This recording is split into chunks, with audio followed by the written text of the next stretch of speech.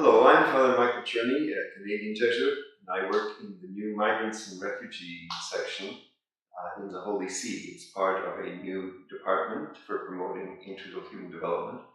And within that large department, covering all the major human, social, and human rights issues, there's our section on migrants and refugees, which Pope Francis is directing himself for the time being. And so our mission is to accompany the Church, to encourage and to help the Church everywhere in the world to accompany those who are forced to flee.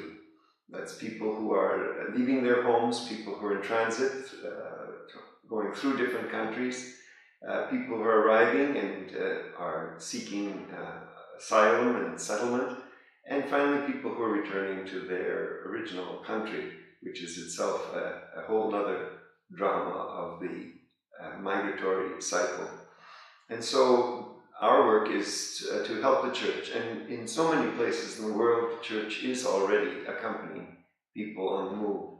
So it's not a matter of starting from nothing. On the contrary, it's a matter of starting from what is actually already going on, and what so many different parishes, religious communities, Catholic organizations, and other groups in society also with mixed religions are doing to welcome and to help the people who are on the move.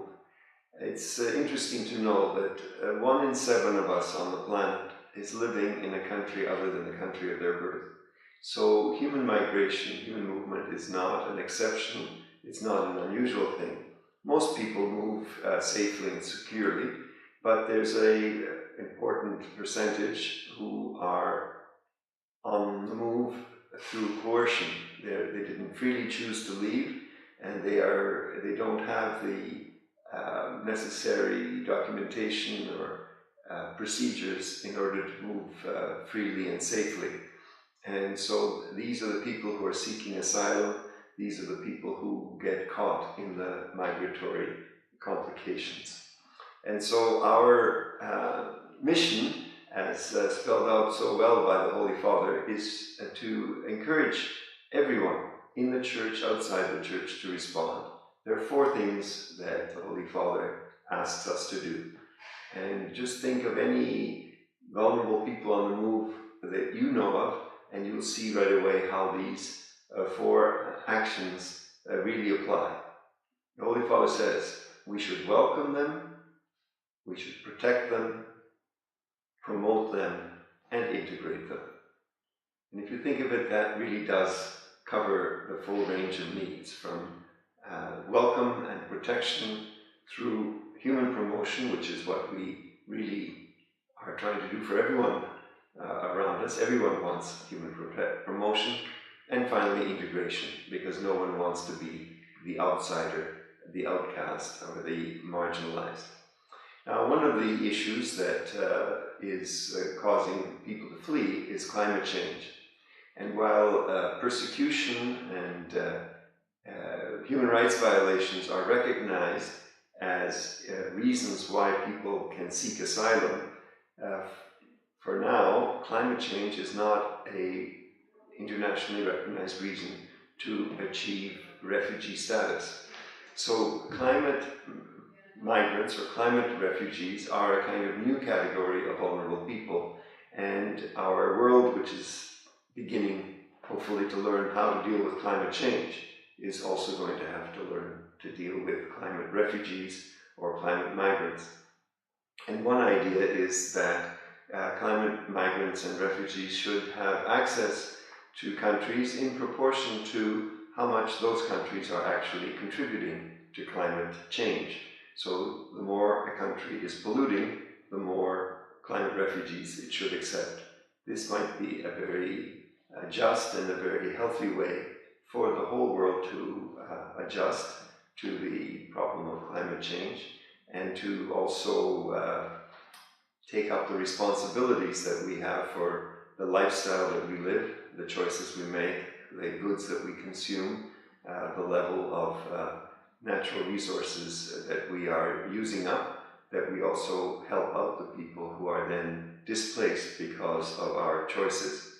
But let's hope that you will be able to persuade the politicians to adopt a measure like that one, so that climate refugees will find a place to settle once their own homeland, their own place is rendered unlivable because of climate change.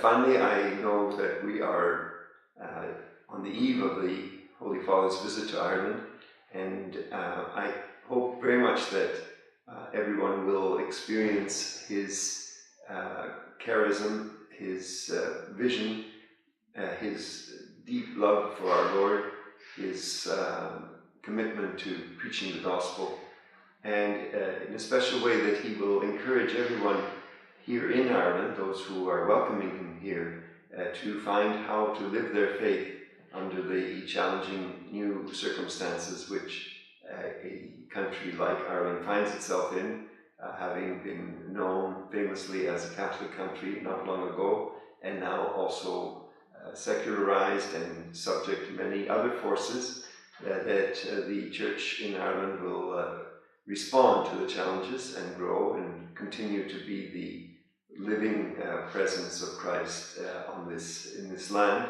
and to accompany the people of Ireland, and that includes the people who are arriving in Ireland because of the reasons we've mentioned earlier, the people who are coming here seeking welcome and protection, and hoping to have to develop themselves humanly, and to contributing also to the life and culture of Ireland.